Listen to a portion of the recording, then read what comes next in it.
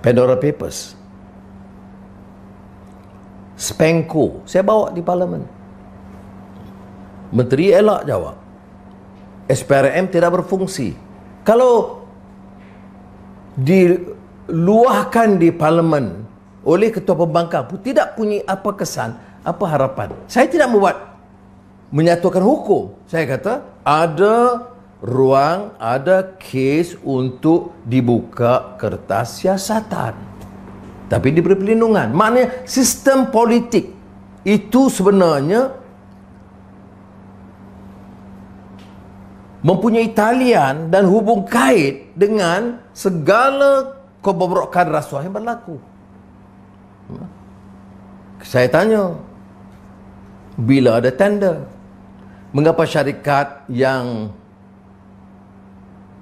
bayar 600 juta ringgit lebih diberikan dan tidak yang lain? Siapa punya kepentingan? Menteri Kewangan yang mana yang dulu-dulu? Mengapa dibiarkan? Jadi kalau kita nak cakap soal rasuah dan kita pilih, ini kita hentam, yang ini kita tak berani kerana orang ini memberi sogokan kepada kita, membayar kita. Sebab itu ada orang di kalangan rakyat yang mulai mencurigai tokoh-tokoh politik dan parti politik kerana ada kecenderungan nampak hebat menyuarakan tetapi memilih. Jadi inilah sebabnya mengapa saya katakan rasuah itu sudah sistemik, maknanya sudah menjalar ke semua rangkaian. Kalau tidak kita selamatkan, yang akan menjadi mangsa rakyat. Ada yang menggesa, atau ada yang sekarang ini kecenderungan pemikiran yang kemudian lemparkan semua tuduhan kepada orang politik. Saya tentunya ingin bertanya, mengapa sebuah orang politik? Siapa yang ambil balak? Siapa yang curi saham? Siapa yang dapat kontrak? Siapa yang punyai kekayaan melimpah ranah? Dan mengapa harus disamakan semua? Keadilan itu adalah manakala diletakkan sesuatu termasuk pertuduhan pada tempatnya. Tak kira sama ada dia Melayu atau Cina atau India atau Iban atau Kadazan. Tak kira sama ada dia itu bertai atau bersongkok atau berserban atau berjubah. Tetapi mesti dilihat kepada pelakuan atau salah lakunya. Kadang ramai yang sekarang ini menimbulkan kekeliruan, guna Islam, guna Melayu, tapi melindungi rasuah. Itu saya tidak mengerti sama sekali kerana apa arti budaya Melayu dan kehebatannya?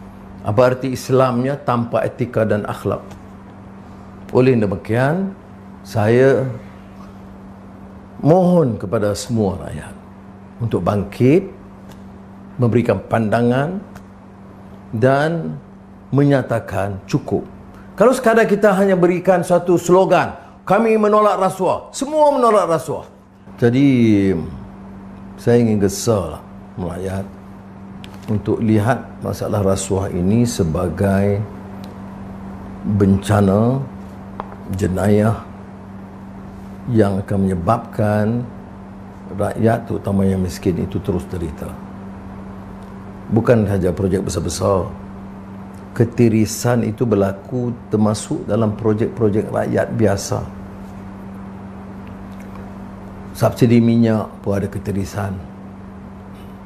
Bantuan-bantuan rakyat pun ada ketirisan. Ini yang disebut oleh Ketua Audit Negara.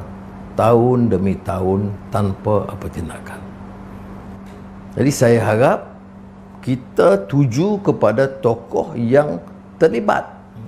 Kerana kalau kita nak war-warkan soal rasuah ini, orang politik juga bertanggungjawab. Pejabat awam ada yang bertanggungjawab. Peniaga dan korporat juga ada terkesan, dan juga golongan sarjana dan elit yang juga bersokongkol. Jadi saya tidak fikir perkara ini boleh selesai tanpa suatu gerakan rakyat lebih menyeluruh yang tahu, yang sedar tentang tanggungjawab mereka untuk menyelamatkan negara ini.